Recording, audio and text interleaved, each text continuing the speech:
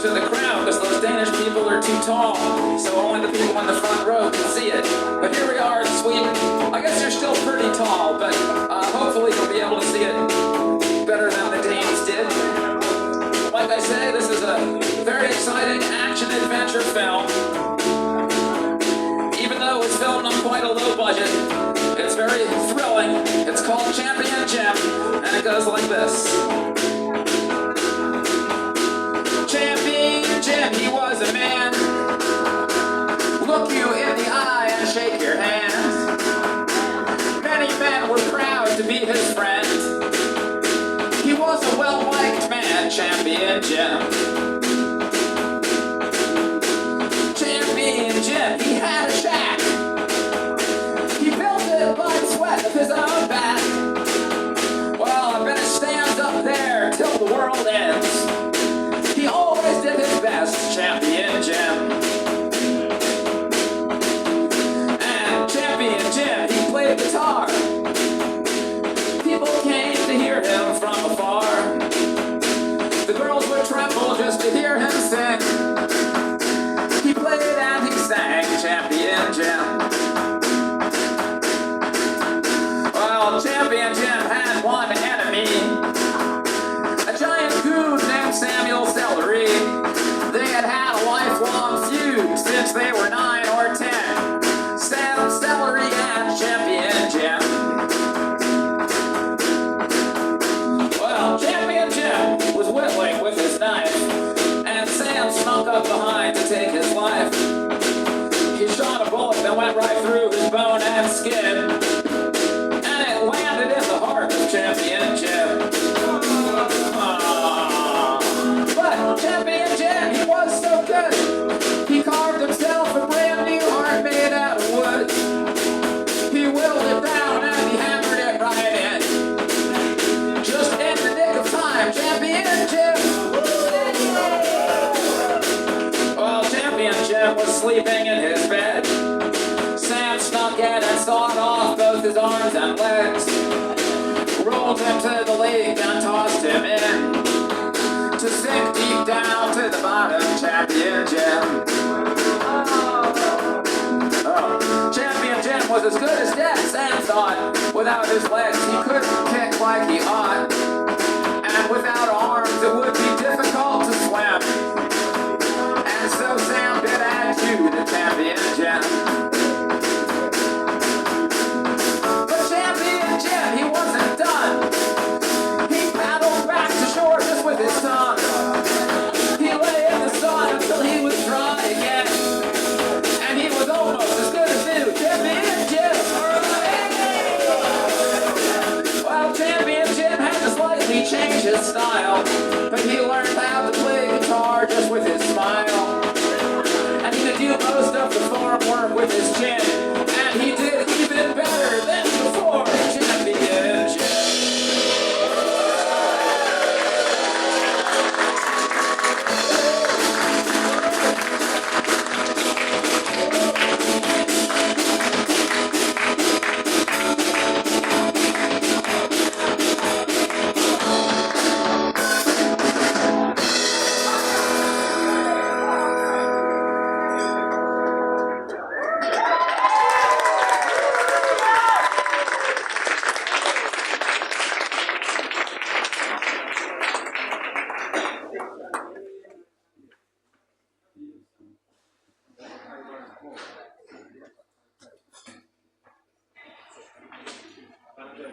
Maybe more exciting action adventures later, or something.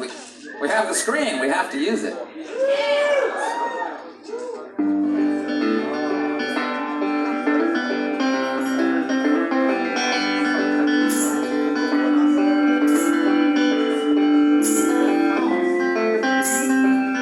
They say do what comes natural, just be the real me. Follow your true you inside of your head. But if I did what comes natural, I'd just be a black hole. I'd never get dressed or even get out of bed. I don't want to cook food or have to go shopping for recipe options or make out a list. And if the sink pile's higher, it still wouldn't inspire me to wash out a wine glass or dry off a dish. And I hate to start drawing, it's so pointless and boring. Why devote so much effort for some second-rate art? So I force myself to it every time that I do it. I just go through the motions, though I'd rather not start. They say do what comes naturally, just be the natural me.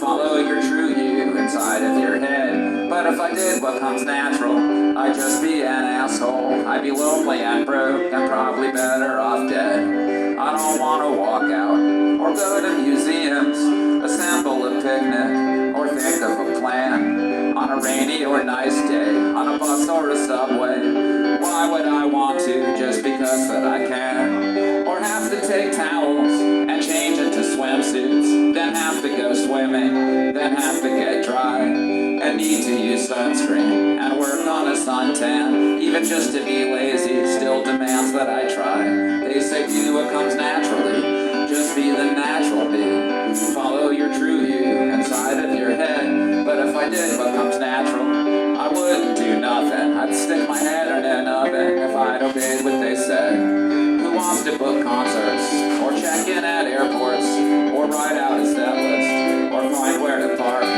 or talk about money, or memorize lyrics, or drive when it's bright out, or drive when it's dark? And why be a nice guy? Why be responsive? Why be responsible to family or friends? And even if I did something, it's never just one thing. I'd have to do something else after the first something ends. They say do what you want to, just be the real you. Follow the magnets inside of your soul.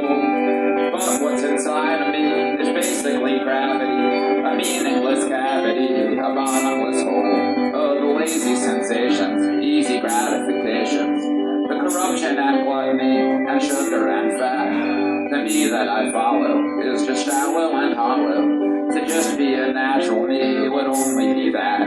But if you act like an artist, then it makes you an artist. If you act like a sleazeball, then it makes you a sleaze. If you act like an athlete, then it makes you an athlete. But it's always a challenge, and it's never a breeze. If you act like you love me, then I guess that you love me. And if I act like a dad someday, then I'd be a dad. So I could say it was true, the things I made myself do. Cause the things that I did became the life that I had. I didn't want to be drawing, or writing, or singing, or working for money, or working for art, or being a nice guy, or having a lifestyle. Still nothing ever gets done if I don't force it to start. They say do what comes naturally, just be the natural me. Follow your true you inside of your head. But if I did what comes natural, I'd just be a black hole. I never get dressed or even get out of bed.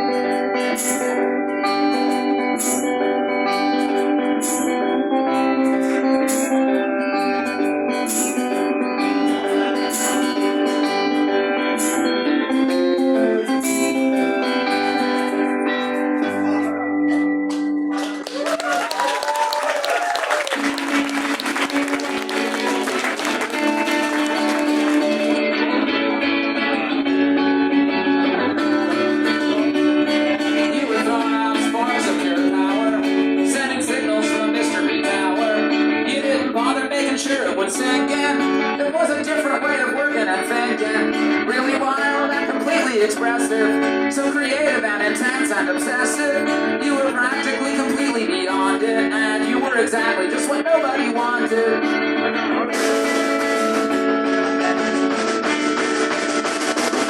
You were conscious and responsive and present. You weren't trying to make something unpleasant.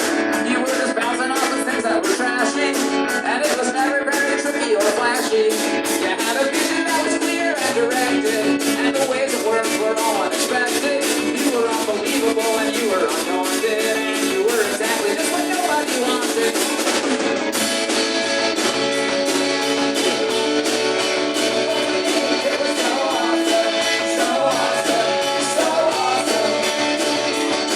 So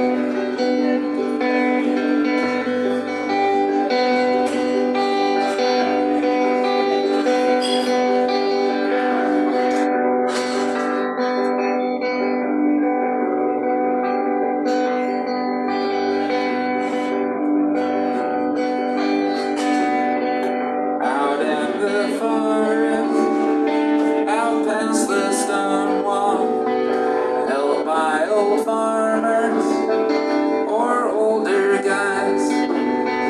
I saw a railway with tracks all rusted, wildflowers blooming up through the ties. I set out walking, just crossed Taiwan, out on the cross ties where I could step. Sometimes I missed one, sometimes there was none. Sometimes the flowers had eaten it. The sun was burning, the flies were churning, the trees were turning inside the sky. The tracks were rotten, some trash forgotten. Sometimes a bottle with ash inside. I've been a walker, a sidewalk talker, out on the sidewalks where I could step. Someday my body will look real shoddy wherever flowers have eaten it. Voracious flowers, voracious hours, voracious people, voracious life. Words like voracious just sound like nonsense after you say them about 5 times. These flowers blooming, they are not human. These flies and insects are really weird. Their backs are shiny, their souls are tiny, and by the zillions they've disappeared. So if there's life after, it's packed with insects, it's filled with flowers, no room for us. When they pick the bucket, they just say chuck it. They come and go like infinite dust.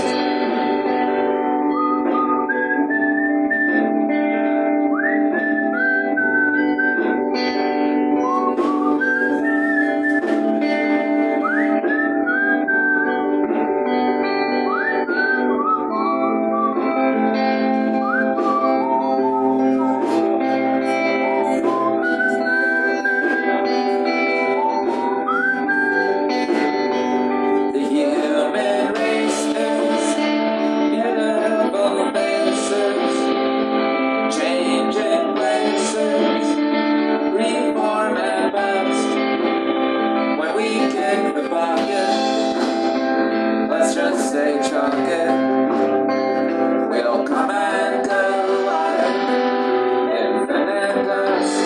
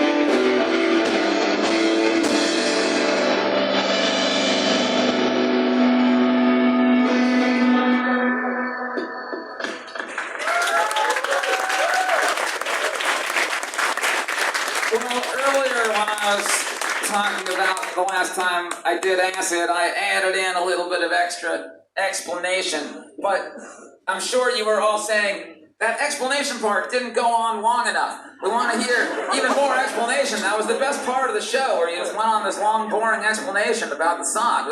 We were really hoping you would get back to that and stop doing all this playing song stuff. So, a little bit of further explanation is that when I first made that song and I thought I was writing about the deepest, darkest, scariest, most personal things that I was like scared to reveal to the listening public, and a weird reaction started to happen when I started playing that song live, and people would think like, oh, there's that Jeffrey Lewis guy, he sings about acid, and he has this album called The Last Time I Did Acid, I Went Insane, and let's offer him some acid after his show, or let's invite him to stay at our place and we'll all do a bunch of acid, it'll be great. He's that acid song guy. So I thought that I was gonna have to make a better song for my second album to explain the situation more clearly. So this is the song that was on my second album to try to explain it more clearly.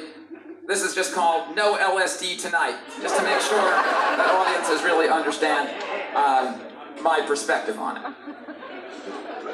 Well, my album's out. I play some shows. Strange things happen, I'll have you know. You're Jeffrey Lewis. You're the guy that likes to do acid, right? No, it's not true. Some people hear that old acid song, they seem to take it kind of wrong.